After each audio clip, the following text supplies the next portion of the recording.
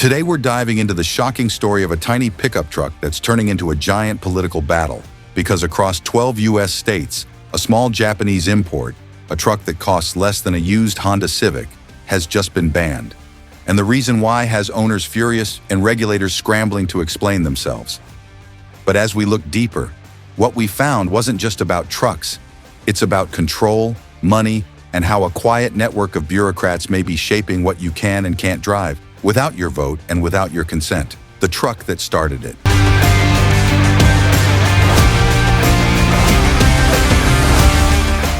All they're small, boxy, and barely make 60 horsepower. But Japan's K-trucks, like the Honda Acti, Suzuki Carry, and Daihatsu Hijet, have quietly become one of the most popular underground imports in America. Originally built for Japan's narrow city streets, these trucks are lightweight, reliable, and incredibly cheap. You can pick one up for under $10,000, less than a fifth the cost of a new full-size pickup. For farmers, small business owners, and urban drivers, they're the perfect mix of practicality and nostalgia, a simple tool that just works. But over the last year, something strange has been happening. Across more than a dozen states, these trucks are suddenly being reclassified, banned from roads, and even having their registrations revoked. And the craziest part?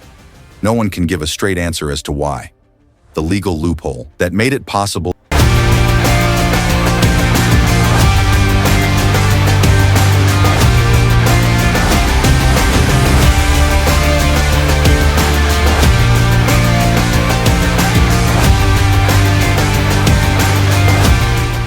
to understand how these trucks got here, we need to rewind back to 1988, when Congress passed a law known as the 25-year import rule.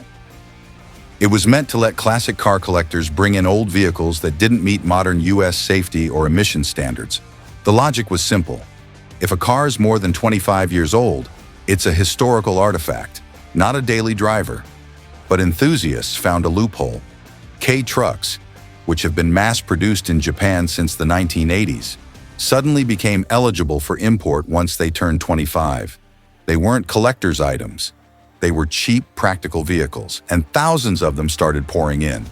For years, no one seemed to care, until state regulators started noticing just how many people were using them as daily drivers, and how many local truck dealers were losing business. The crackdown begins. The first wave of bans came quietly.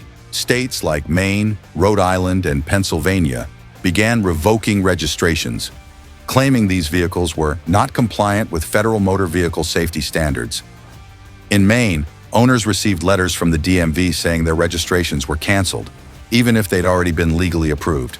Some woke up to find their license plates voided overnight. No hearings, no appeals, just an order. These vehicles are no longer road legal. That move set off panic. Owners flooded forums, social media, and local news outlets demanding answers. But state officials pointed to something most people had never heard of, an organization called AMVA, the Hidden Hand. AMVA, short for the American Association of Motor Vehicle Administrators. Sounds like a government agency, but it's not. It's a private nonprofit made up of DMV directors and transportation officials from across North America. They don't make laws, but their recommendations often become policy in dozens of states almost overnight. In 2021, AAMVA quietly released a safety advisory warning that K-trucks should not be registered for on-road use. That single memo, not a law, not a regulation, became the blueprint for bans spreading across the US. And here's where things get even stranger. That memo relied on just one piece of evidence: a 15-year-old crash test that experts say was deeply flawed. The crash test that changed everything. Back in 2008, the Insurance Institute for Highway Safety conducted a test pitting a Japanese K-truck against a Ford Ranger. The result looked catastrophic, and the K-truck crumpled instantly while the Ranger barely flinched. That clip went viral, and regulators used it as proof these vehicles were unsafe for American roads. But there's one huge problem. The test wasn't fair. The Ranger was nearly 3 times heavier, and the collision speed was far higher than what K-trucks are rated for. Even the IIHS admitted the test was illustrative, not definitive. But that didn't matter. The video became the smoking gun regulators used to justify a nationwide crackdown. The hypocrisy of safety. If this was truly about safety, the logic falls apart fast. The same states banning K trucks still allow massive SUVs and lifted pickups that weigh over 6,000 pounds, vehicles proven to be far deadlier to pedestrians and cyclists. According to federal crash data, pedestrian deaths have skyrocketed in the past decade, largely due to larger, higher-riding vehicles, yet those remain untouched. So what's the real motivation? Critics say it's economic, not safety-related. K-trucks undercut local manufacturers and threaten billion-dollar domestic truck sales. Keeping them off the road protects profits, not people. 7. The backlash begins. But ordinary drivers weren't going down without a fight.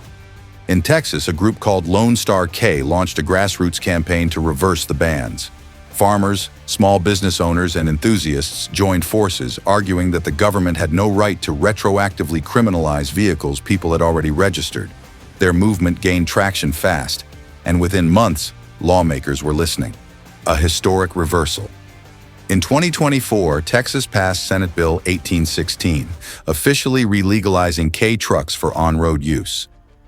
It was a massive win for the movement and a direct challenge to AAMVA's influence. The bill made one thing clear: as long as a vehicle meets registration requirements and is legally imported, the state cannot retroactively ban it. That victory sent shockwaves across the country. Other states began questioning the bans, and owners who had been forced off the road started demanding their rights back. For the first time, it looked like the tide was turning. The bigger movement. What started as a niche import hobby has evolved into a national fight for transportation freedom. People are realizing this isn't just about mini trucks. It's about who gets to decide what's safe, what's legal, and what's possible. If a small fuel-efficient truck can be banned for safety, what's next? Imported EVs, modified cars, classic vehicles?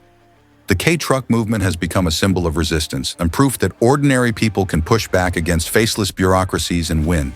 So yes, these tiny trucks may look small, but the story behind them? It's massive. A fight that started in rural garages and local farms is now reshaping state laws and forcing powerful organizations to answer questions they've dodged for years. Because when governments and corporations try to control what you drive, it's not just about vehicles, it's about freedom. And as one owner in Texas said after the ban was overturned, "They tried to take away my truck. All they did was start a movement."